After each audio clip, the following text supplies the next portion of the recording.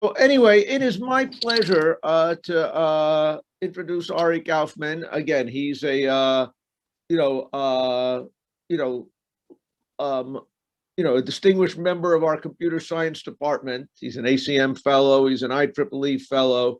He was chair of our department for something like 17 years of 18.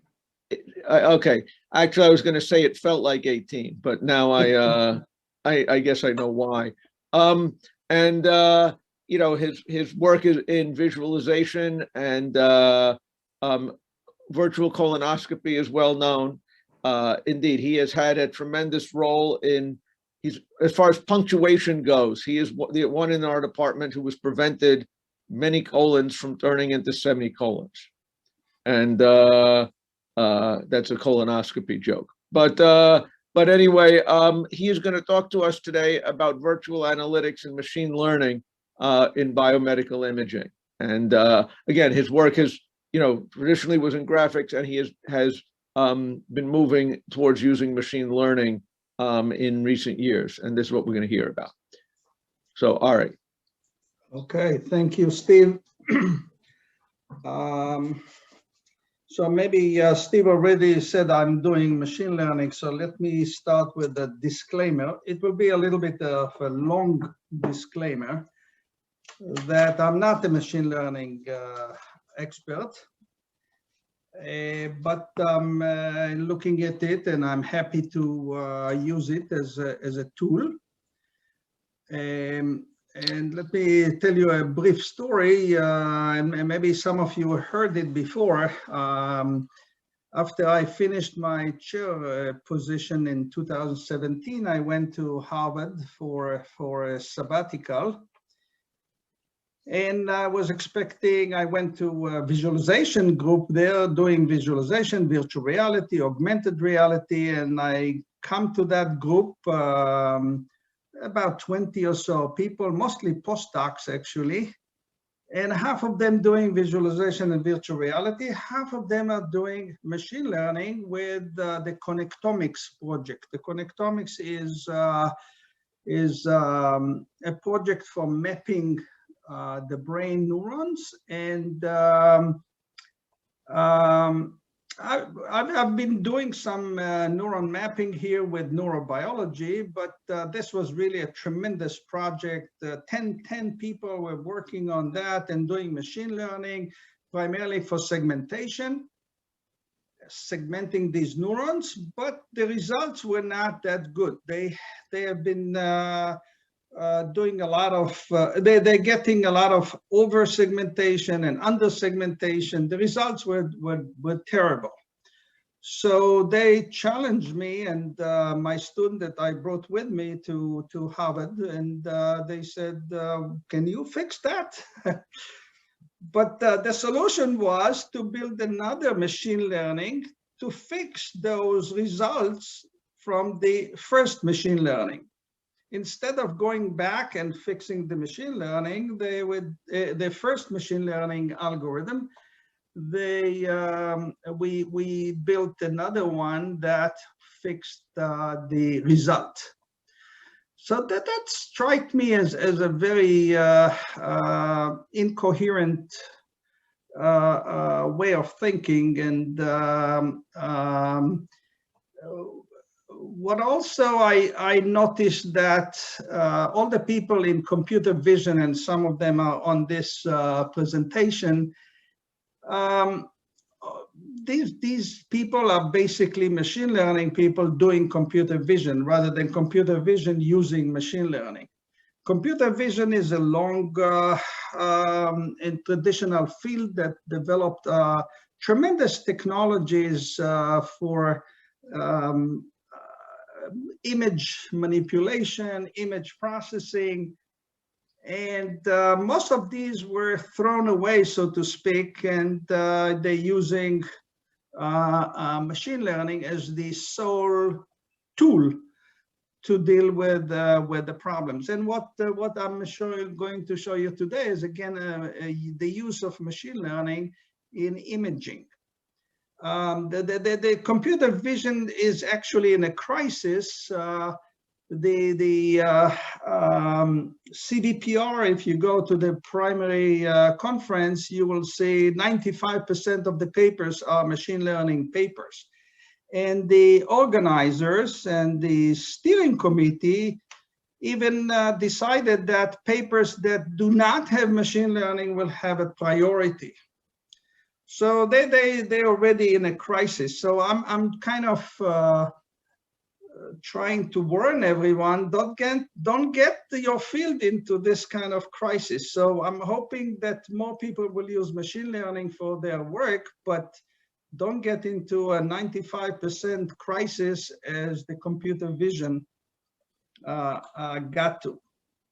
Anyway, with this disclaimer and story, let me start. So I've been doing visualization and visual analytics and virtual imaging for decades now. And going back, if I look at my work on virtual colonoscopy, for example, I started in 1994. And in late 1990s, I already did some machine learning unknowingly, or we didn't call it at that time machine learning. It was clustering algorithms in order to find polyps in the colon automatically. And, you know, we did the clustering algorithm in 2D imaging, and the work was actually taking 3D surfaces and map them into 2D. That was joint work with David Gu using conformal mapping. So we mapped these complex colons models, which were surfaces in 3D, into 2D rectangular shape. And then we did the clustering there. So we didn't call it machine learning, but it was definitely a machine learning algorithm. And then since then, I've used it in many, many applications. I just will mention 4 of them here. Virtual colonoscopy, I already mentioned. This is my the jewel of the crown of my work, and I'm proud to say that it saved approximately 30,000 lives. So this is the good news.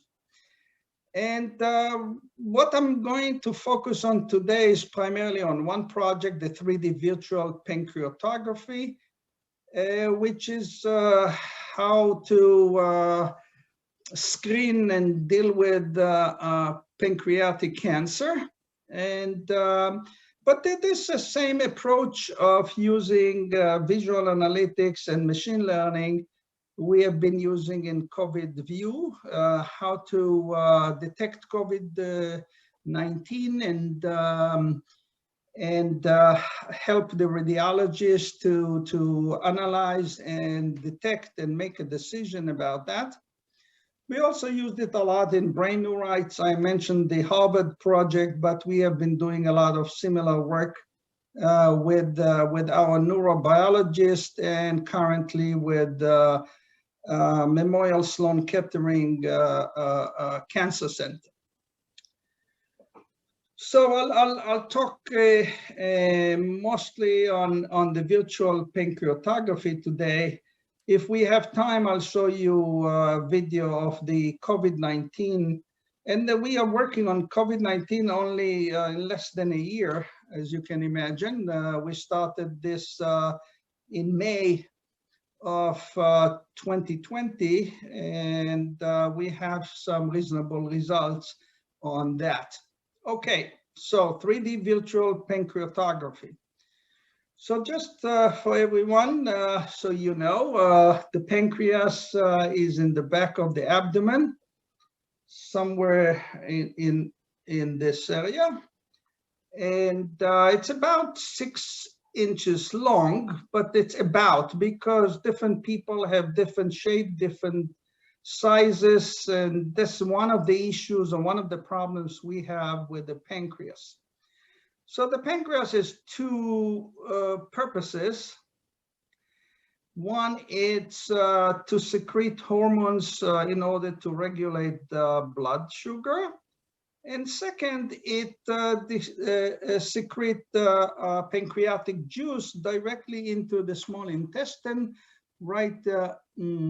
Let me get the laser pointer right in this area. So this yellow chunk here is the pancreas. It's connected directly into the small intestine, and that's where you get the bile juices and the pancreatic juices into the small intestine. As you can see here, it's sitting right there in the middle of the other organs. Of course, the small intestine is this pinkish one here. This is the gallbladder, the green, and above it is you have, and behind it you have the liver. The spleen is on this side, the stomach is on that side. So it's really stuck somewhere there in the middle. We are using CAT scan, CT scan, to scan the pancreas, and we get hundreds of this kind of cross sections from the CT scanner, and we're building, of course, a 3D model and trying to figure out what is the status of the pancreas. So if you look, this is a labeled image. So here is this brownish area is the pancreas. We have the stomach right there. It's actually other slices. It will come in front or above the pancreas.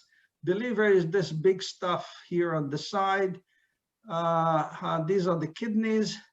The spleen is on this side of the pancreas. Okay, so this is the pancreas, and pancreatic cancer. Let's talk about that. So first of all, pancreatic cancer is the 4th leading cause of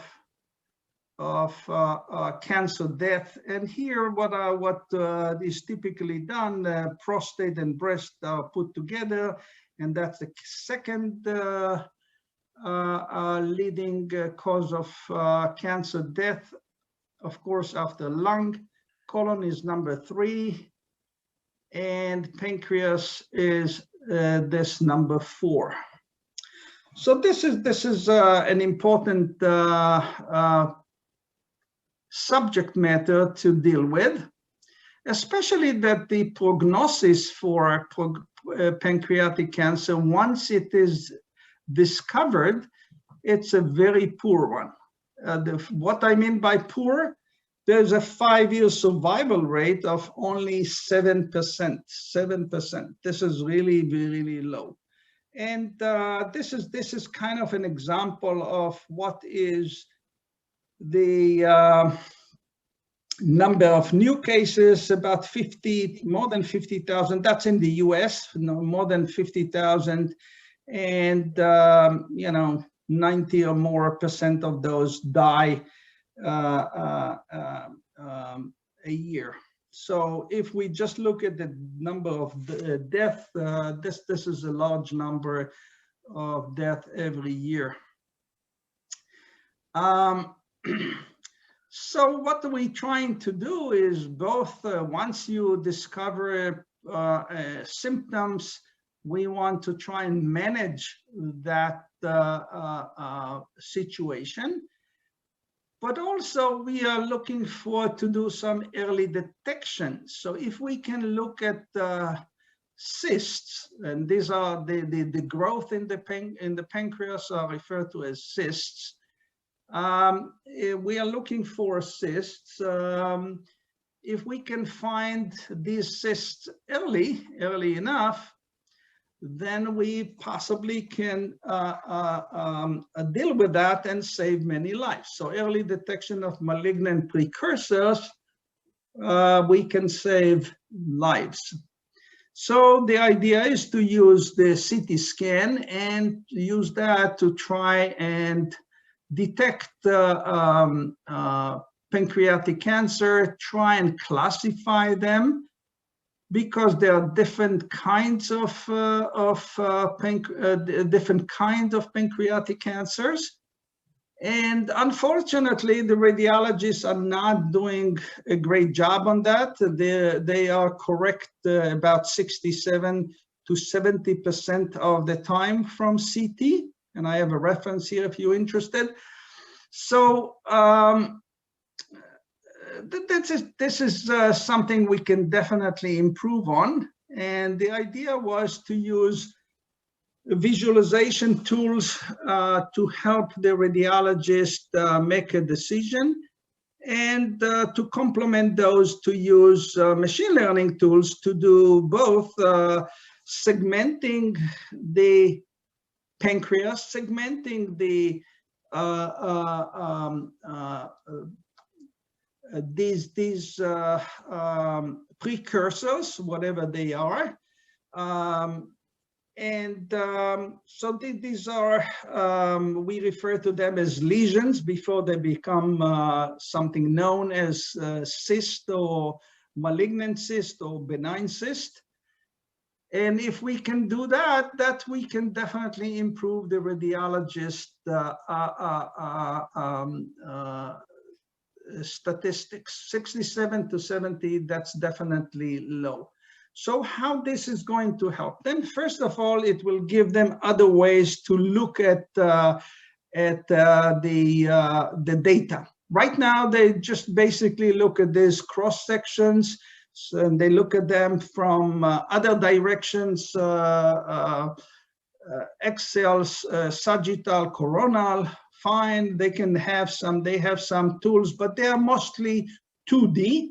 What we are suggesting is to use 3D visualization techniques with a lot of other additional tools to help them in the detection of these lesions, as well as have machine learning that will say this is classified as IPMN. IPMN is a type of pancreatic cancer.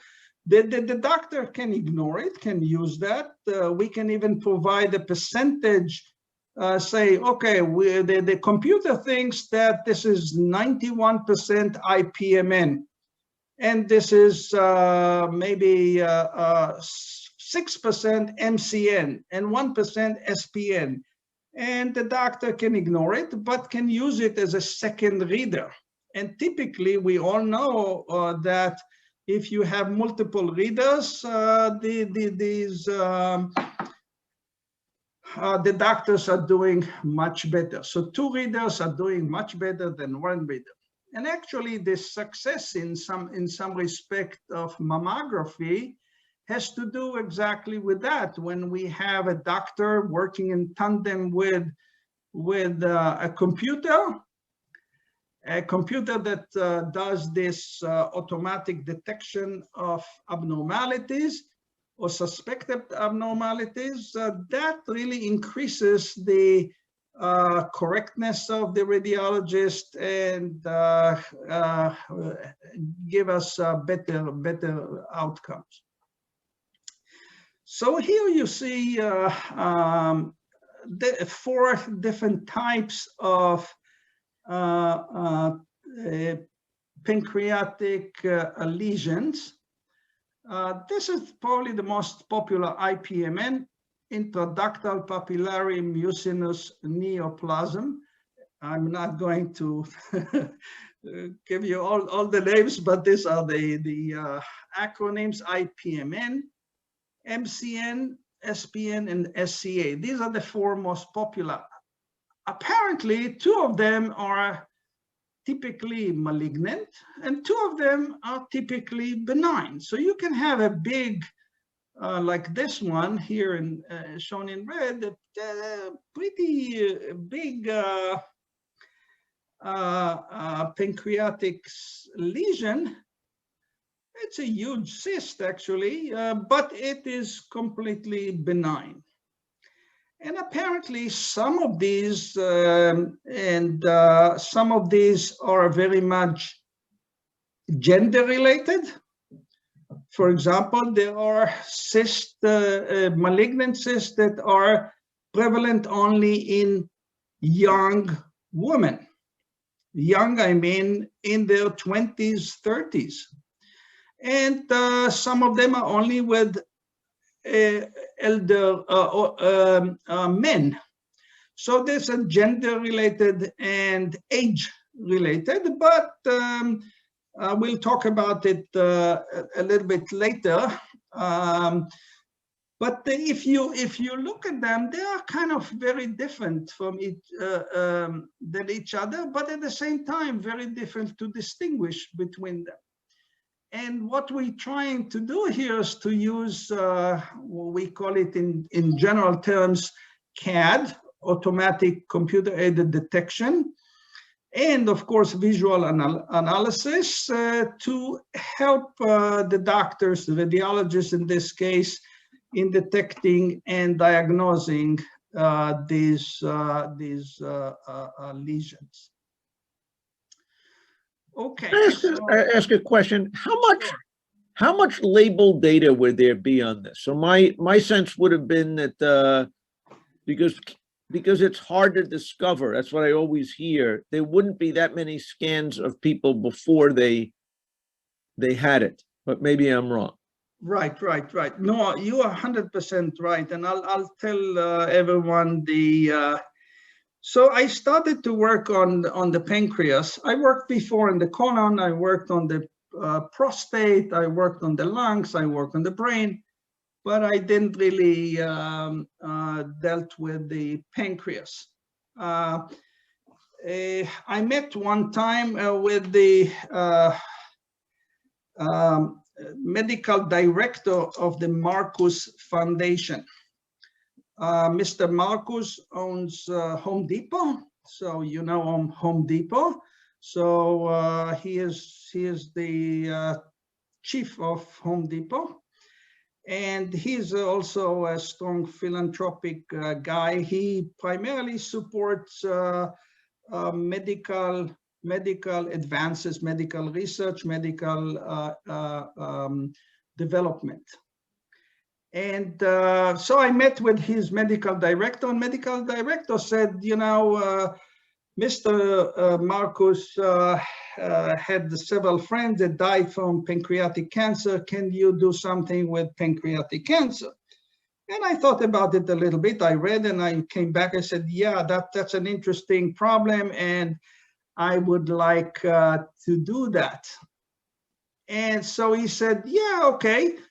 But you have to work with Johns Hopkins, because Johns Hopkins is the largest hospital that deals with pancreatic cancer. They have tremendous expertise and they have tremendous data. And okay, and then come to Atlanta, meet with Marcus, Mr. Marcus, present to him a proposal, etc. And we did that, and we got there. So at the end of the day, I got a lot of money from the Marcus Foundation, but the money included the payment of about $1,000 per data set to pay Johns Hopkins.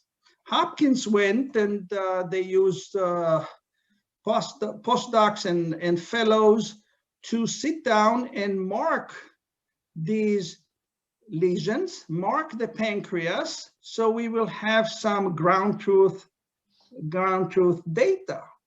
So you're right, Steve. There's not enough data for the pancreas. Definitely not fully characterized, as we call it. Fully characterized means that it is manually segmented and traced. And you know, we're talking about hundreds of slices per data set, and we got from them about 300 of those. So of course, we provided them with some semi-automatic mechanism to do this labeling, to do this manual work,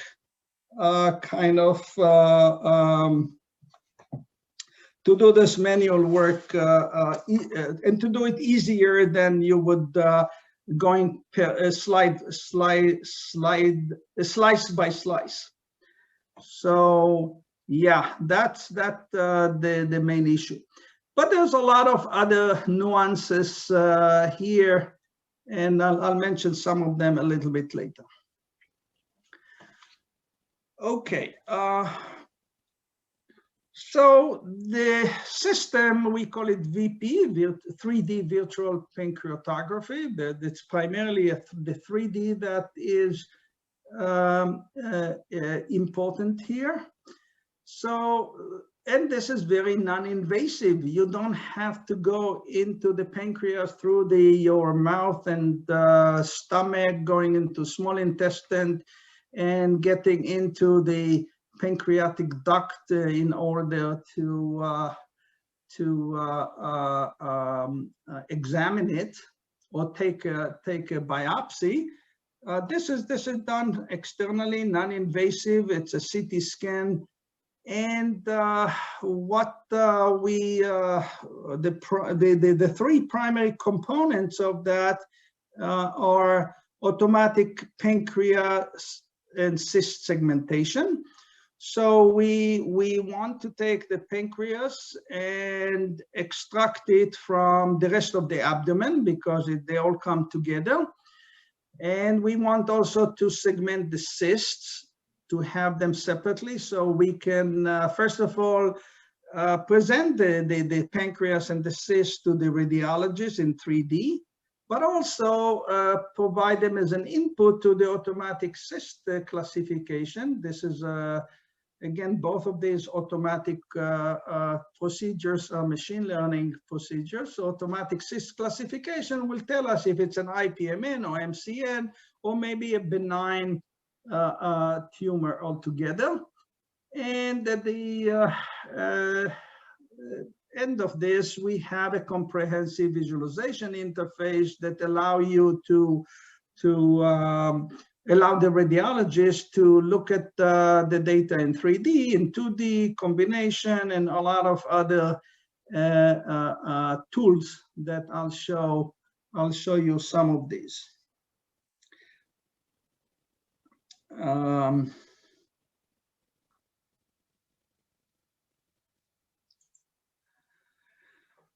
Okay. So some of the advantages that we found that these kind of tools provide consistent diagnosis among radiologists, primarily due to this automatic classification. Once they get a second reader, they are more confident in their decision, and there's more consistency across radiologists. But it's also important to have non-experienced radiologists use the system, and therefore there's less variability between experienced radiologists and novice radiologists. This is a very extensive visualization interface. Usually the radiology they have, it's not a rudimentary tools that they have, but it's solely 2D, and it's solely kind of in black and white. Not that the color is critical here, but the color add information to that. We also found that this combination of visual and machine learning analytics is a very powerful one. So the doctors first of all, learns from the machine learning that this cyst is an IPMN, and then sees that in the visual side, see that its primary duct is touching this IPMN, which also a confirmation that this is indeed malignant. The fact that the machine learning said that this is IPMN means that the machine learning said this is cancer or malignant, and the visual one showed us that the primary duct is touching that IPMN, which also a confirmation that indeed that this is one of the primary things that the radiologists are looking for. They're looking to see if the primary duct is touching the lesion. If it's touching, there's a much higher probability that this lesion is indeed malignant.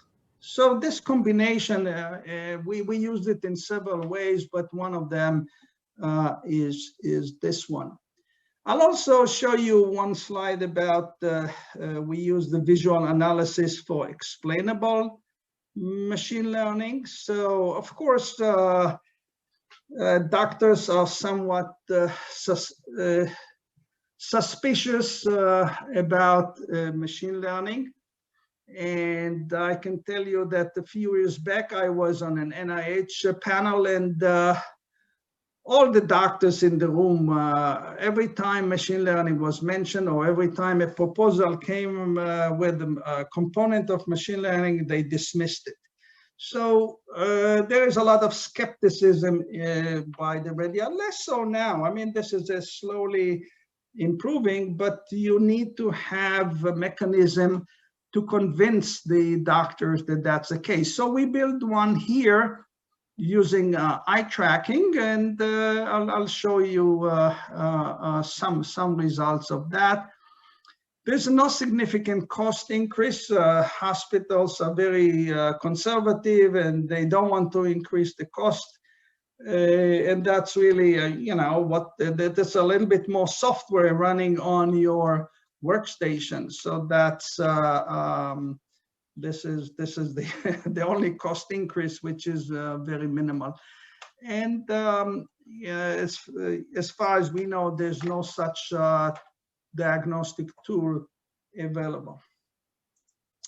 So now in terms of the pipeline,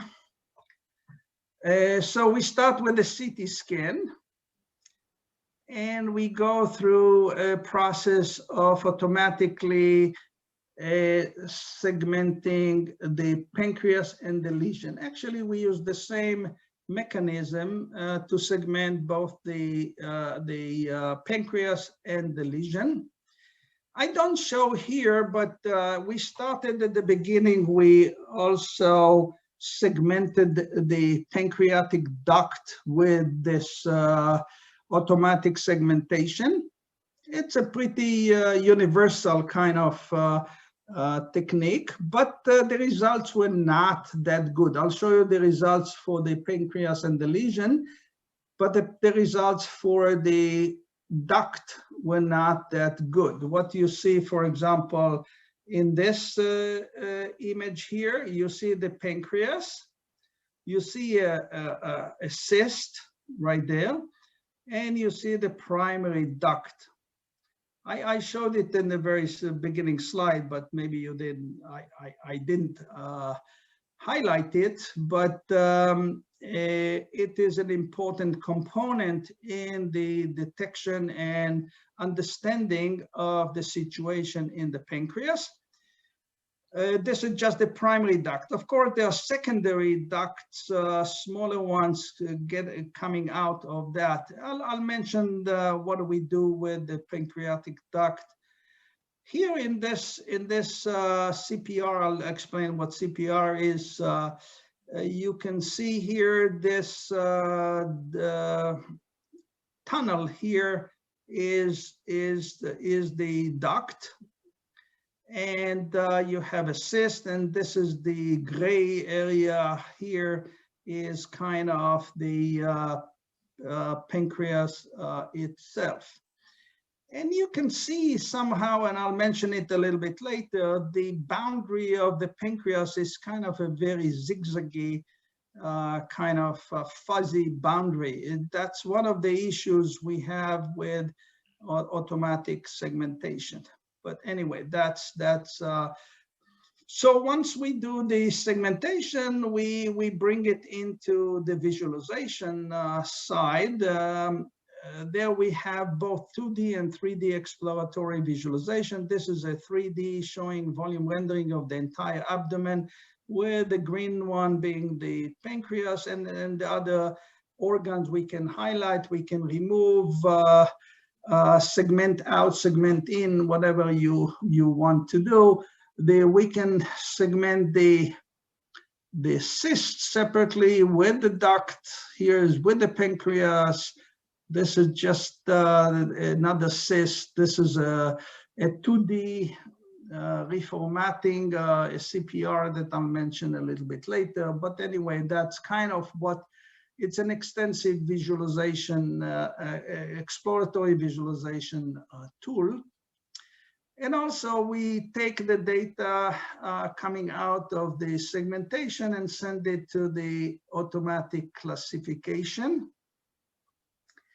And that's again a machine learning. And then if you can see, what we do here is we generate kind of a bar chart and a table telling you what is the combined probability that this lesion will be an IPMN, SCA, SSPN, and MCN. This is the majority, the vast majority of cysts in the pancreas are of these 4 types. And this particular one, if you can read it, it says that the IPMN is about 64% chance, and then SCA 20%, etc., and going down. And then the doctor can use it or ignore it. But that's really what the automatic classification is. So,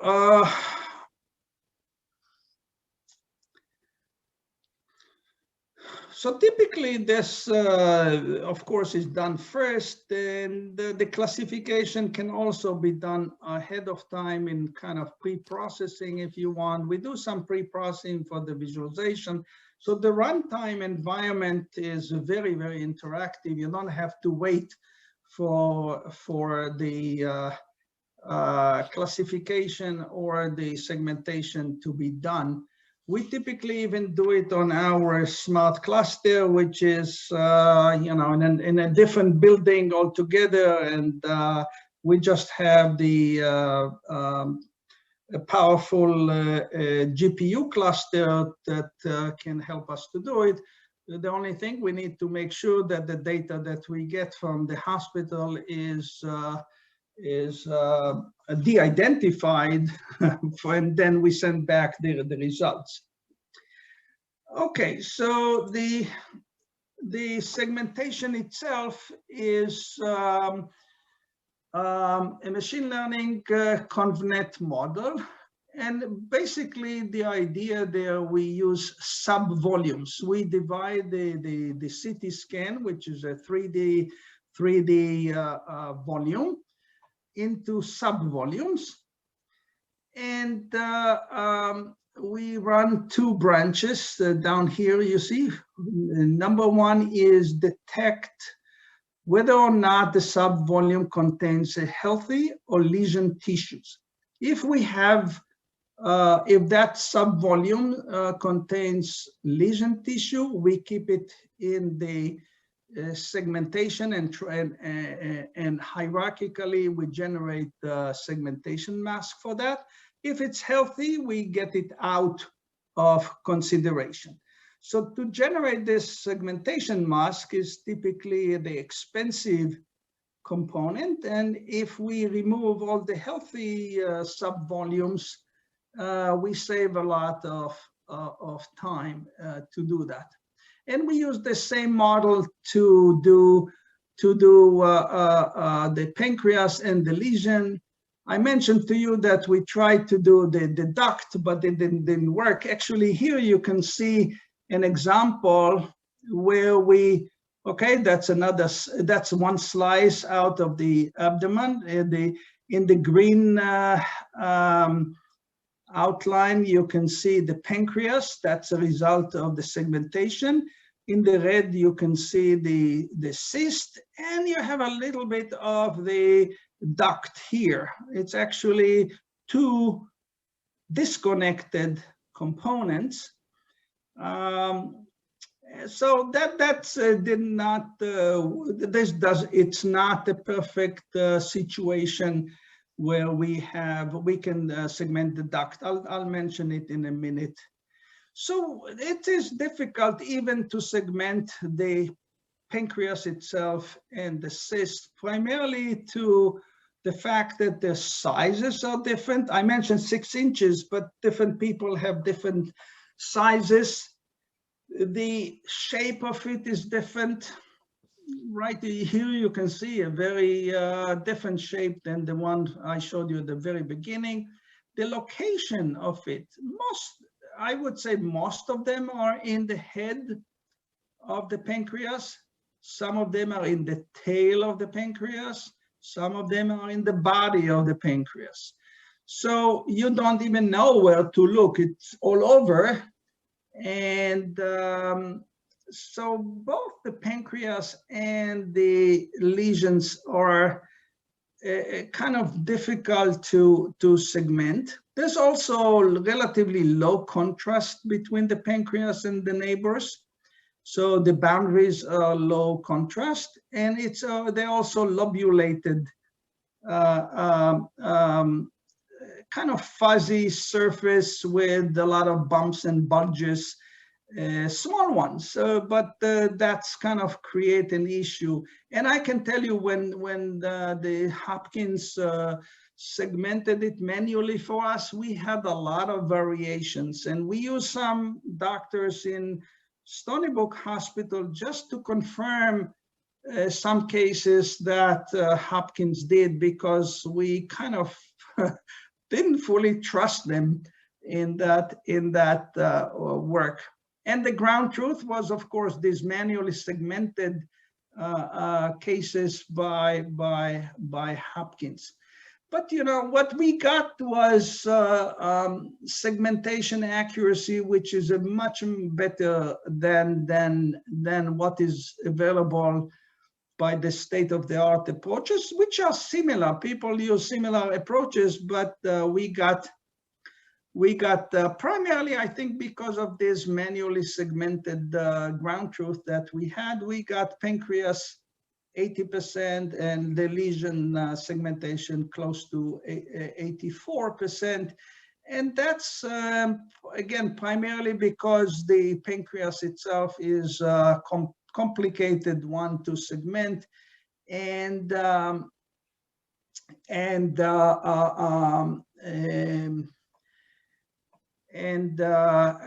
boundary is really lobulated. Anyway, so this is part of the VP system now, and we published a paper just last year in TVCG describing this entire system. After that, I want to mention this, although we published it in CVPR 2019, but I think this is an interesting, it's not a finished work yet, but I think it's a good direction. The idea is to build an automatic multi-organ segmentation. So this is a single machine learning model that you can segment. I don't want to say any organ with it, but you can segment many types, many kinds of organs with it. The training is done on single organ data set. So we take, for example, our pancreas, 200 or 300 cases, and that's how we train the model. We take hundreds of liver cases, we train the model. We take hundreds of spleen cases, we train the model. Basically, the model learns to segment organs of kind of similar type. It's not the lung, it's they have a tree structure and complex structures, and not the colon, but the pancreas, the liver, spleen, they're kind of similar in nature. Probably we can do the same for the prostate and possibly brain and things of that sort. So a single model, actually, then you take a pancreas data set and you get a pretty good result. You get the liver. That's even better than we got from our existing segmentation model. And liver is a very good one because it's has a pretty nice boundary, and the spleen is also pretty nice, 94%. So I mentioned that the duct is kind of a tricky one to segment. So we developed a semi-automatic primary duct extraction. You get something from the segmentation algorithms, but the duct is very narrow. It could be 2-3 voxels only in diameter. So and it cannot really be automatically. So what we did is, again, multi-scale, divided into sub-volumes, and we used the Vesselness filter. So the most popular one is this Hessian matrix, and the eigenvalues of the local, I mean, we do it voxel by voxel. So we look at the neighborhood and we build a Hessian matrix of that. Hessian is a second order partial derivatives of the scalar field of these voxels, and they give you a good estimate of Vesselness. And what you get out of that is you get a bunch of connected components, and each one of them has their own Vesselness. We sort them by Vesselness, and we look at the n connected components with the largest Vesselness. So we start from the top of this sorted list. N is small. Usually you get good with 1, sometimes with 2. That's kind of what we get. We also compute the center line of the duct once we segment it, and we also compute the pancreas center line. It helps in the visualization and other analysis later on. So what you see here, this is the duct extraction interface. It has literally 2 sliders and 1 number that you say what is n. 1, you try 1, you try 2, and that's typically done. So if you do use that, you see the primary duct, a little bit of a secondary duct. You see here what it looks like. This is the pancreas in green and the duct in blue. So the duct, could be perpendicular to this slide, could be within the slice or partially within the slice. And here is an example of a 1 component with the center line in red. This is the 2 component with the center line in red. But this is it takes literally the radiologists actually liked it. They thought, it pops up, and they usually leave it at 1. They move the threshold a bit and they get something. If they don't, they increase the 1 to 2 and they get something, and it's all computed in a few seconds. Okay, so we have segmented pancreas. We have segmented cyst, and we have segmented primary duct. The primary duct, the cyst, and the pancreas segmentation are good for the visualization, and we will use them extensively there. But it's also the segmented cyst or lesion is good for the classification.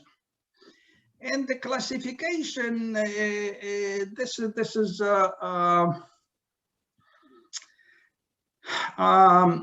the machine learning for that. So we take the segmented lesion and we use this probabilistic random forest classifier, and we get class probabilities out of that. And I'll mention this more, what we use. And I mentioned before that age, gender, lesion location, intensity statistics, shape features, all of these things. And we have more of these and many shape features that we use.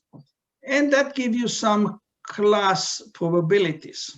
In parallel, we run a CNN that gives you class probabilities for the imaging component, just looking at the raw CT data and radiological features, and that give you class probabilities. We use a Bayesian combiner, and we get out of that class probabilities for IPMN, MCN, CSA, and SPN, as I showed you in that table with bar charts. I'll come back to that a little bit later.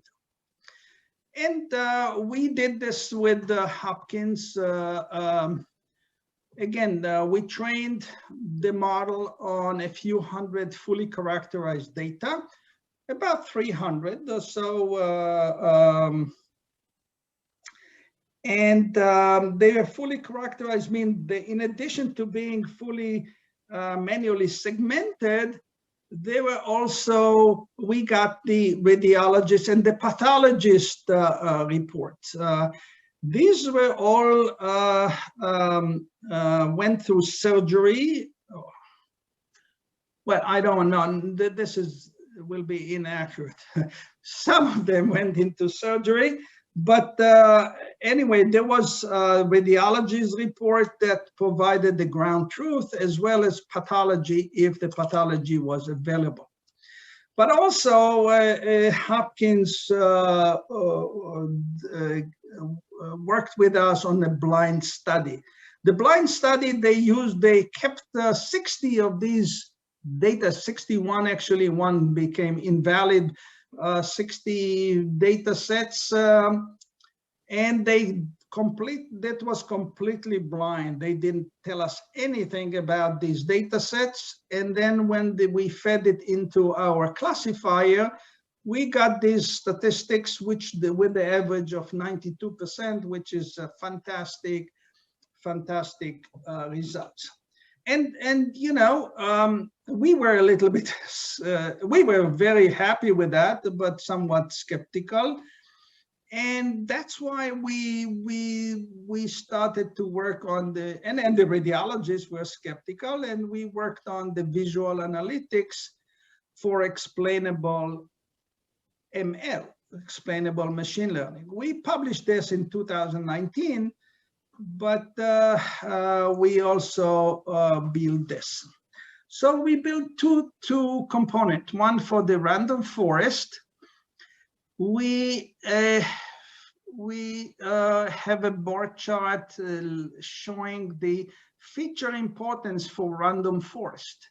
So apparently age was the most important one. As I mentioned to you, there are at least two kinds that have age relation.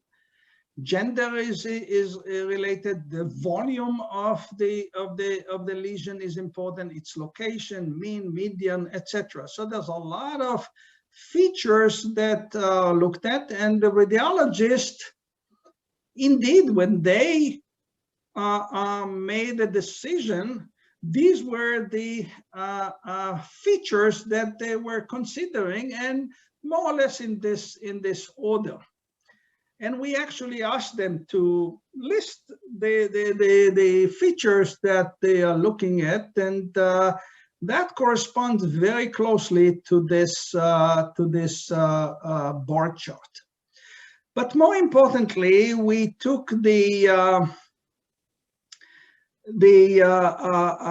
CNN hotspots and compared it to the radiologist with an eye tracker. So we took the an eye tracker and followed the radiologist's focus on the screen.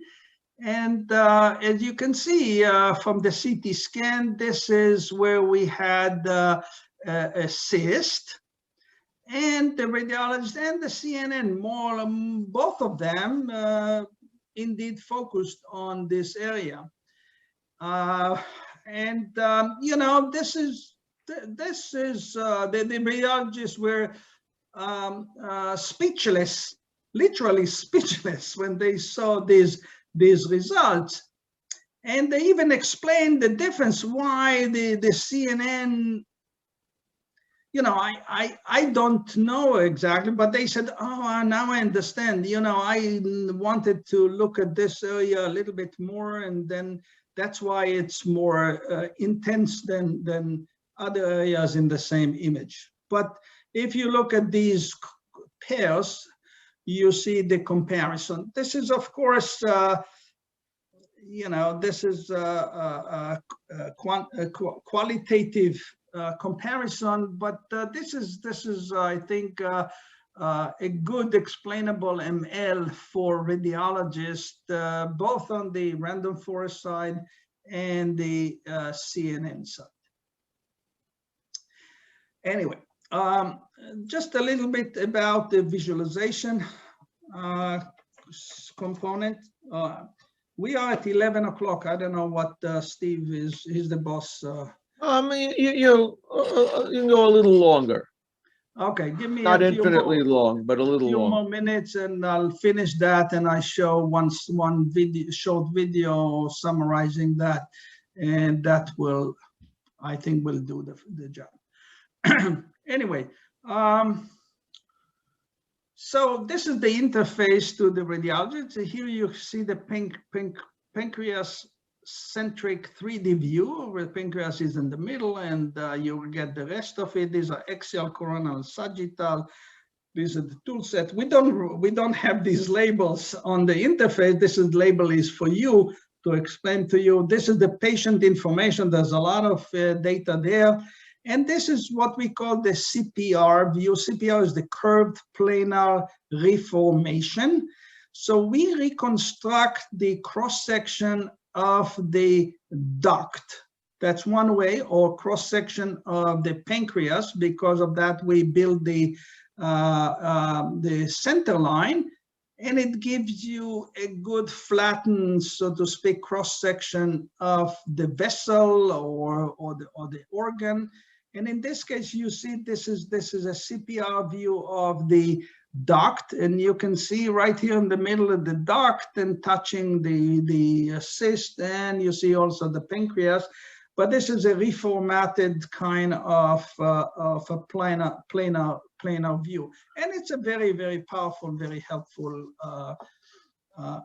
indeed. There's a tool set here I'll mention in a minute more. The visualization mode, this is the 3D volume rendering of the pancreas, lesion, duct, surrounding organs. This is just the pancreas surface. This is pancreas, lesion, and duct. This is just duct and lesion. Here you can see the analysis when we're looking whether the duct is connected or not connected to the lesion. In this case, it's not connected. You have a 3D model. You can turn it around and see. And you see this kind of cyst is very different than this kind. And it's huge, huge. It's almost the size of the entire pancreas itself. And you can also look at the CPR view and analyze that. This is a zoom in kind of view of that. All of that is available. So we can provide a pancreas-centric view or duct-centric views. Each one of them is a very powerful in terms of helping the doctor. We have measurements, both 2D measurements and 3D measurements like pancreas volume, lesion volume, and they want to know the proportion of the lesion to the pancreas, and different other, the duct volume also is important. If it's a dilated one, it's a little bit more of an issue. Okay, let me show you a video now of the pancreas.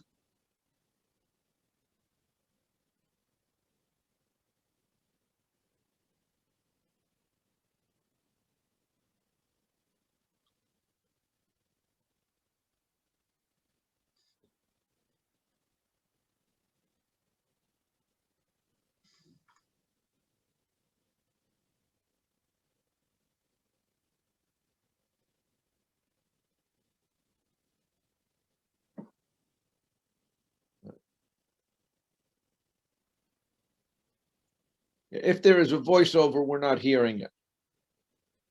Oh, really?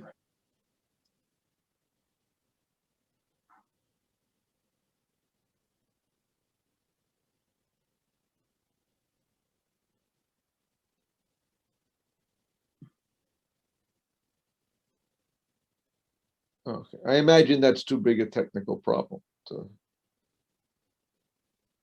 Hmm.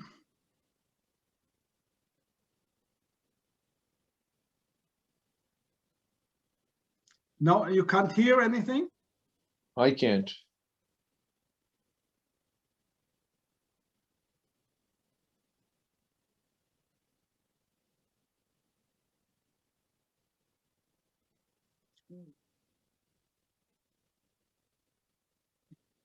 Anyone can hear? I can't hear. No. I'm sorry? So you'll have to reshare your screen, and when you do that, you'll have an option to share with sound. Right, right. Okay, okay. So let Yeah. me stop sharing and I'll reshare it. Yeah, share computers. Yeah. There's a checkbox at the bottom. I know where it is. I guess I did not do that. Okay.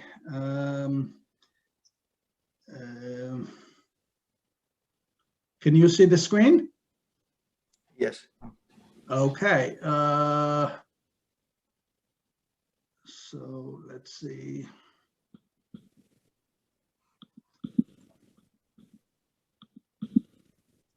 The 3D visualization of the lesion shows What now? cystic components in red and septation in yellow.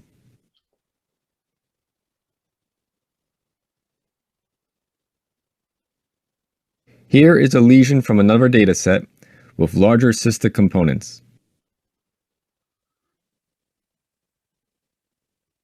The feature enhancement mode can render wall structures of the septation, shown in red color, and calcifications, shown in cyan color.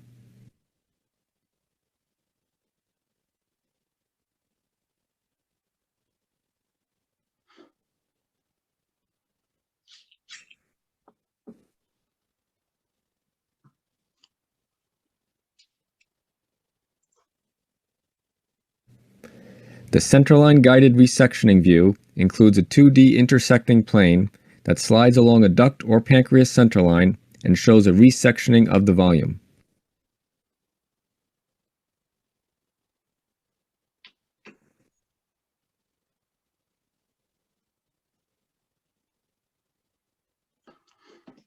The intersecting plane can be utilized for comparing the raw CT intensities with the 3D visualization.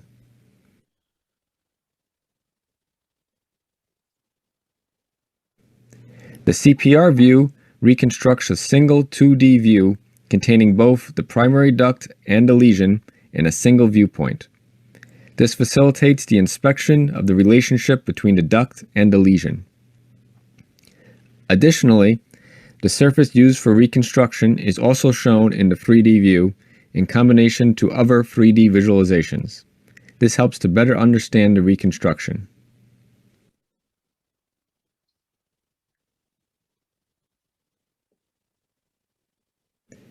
Classification results for the lesion are presented in a designated window using a table and a bar chart.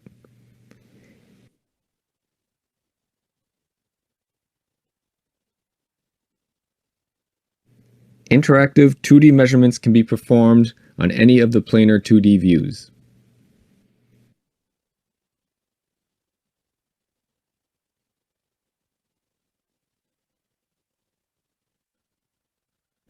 Automatic 3D measurements display the extents of the lesion as well as volume measurements of the segmented structures.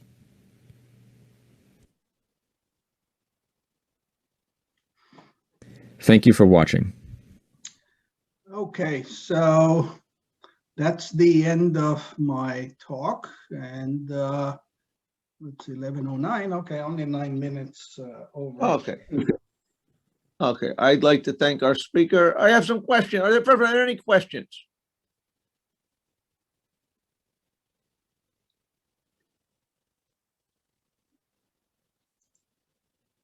Okay, yep. Okay,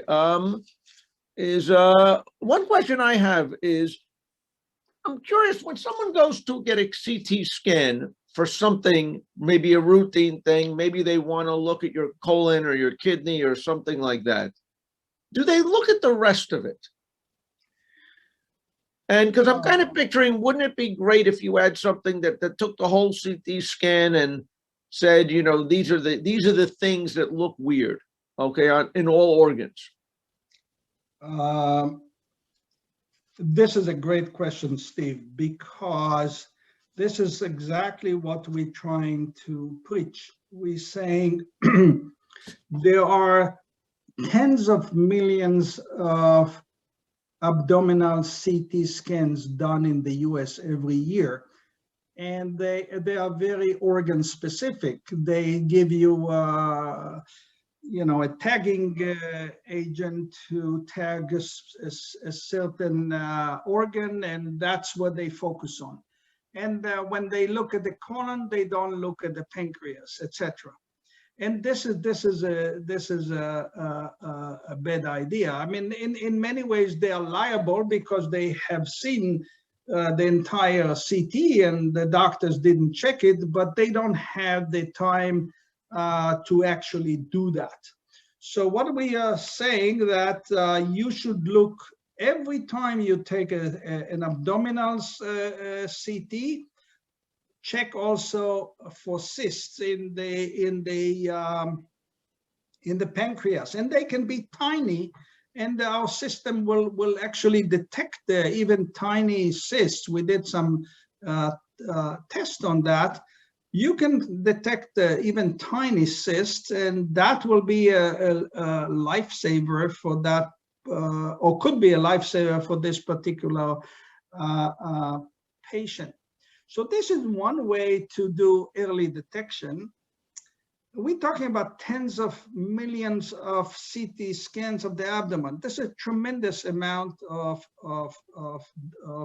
patients that could go through this screening. The second one is to look at biomarkers. And there are different biomarkers that you can look at, and those people that have these biomarkers should go and do a CT scan of their pancreas and look for cysts. That will be also early detection. And those could be a variety of biomarkers. For example, Hopkins can swear by jaundice. So they say if you had jaundice any time in your life, even as a baby, you have a higher chance of getting pancreatic cancer, and therefore you should be screened for that. And the screening, if you are female, you should do the screening even in your 20s. If you're male, you should do it later in your life, whatever it is. But that's the other kind of early detection. How much actually? That's so. Again, my dream was you took the raw thing that you got. They were looking for the pancreas. But are there? I guess the fact that when they're screening for a particular thing, they give you a different contrasting agent. Would that mess up your ability to tell a problem in the kidney, let's say, if they were giving a contrast agent for the pancreas? Usually not, but usually not. But you know, the contrast agents are evolving and developing so much that I don't want to categorically say they don't interfere with imaging of other organs, but in general they don't. Okay. So if someone does a CT scan for the purpose of looking at the colon, they can definitely look at the pancreas and get an idea. If you have a tiny cyst, then we'll get an automatic the classification of that. And if the doctor is still not sure, they have a whole visualization tool set, as you saw, to analyze that and get an idea about what kind of cyst we're talking about. And if you're not sure, a good way is to follow up, come back in a year, come back in 2 years, and see what is happening. The issue with the pancreatic cancer, that most of them are detected at late stage when symptoms are rising, and it's too late. So really the whole idea is to try and find them early.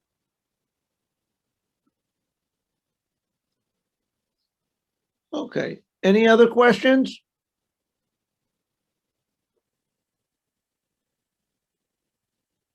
Okay, if not, I'd like to thank Arie again. I wish you guys all a good summer, and I will see you again in September. Okay, take care. Thank you, everyone. Okay, bye-bye.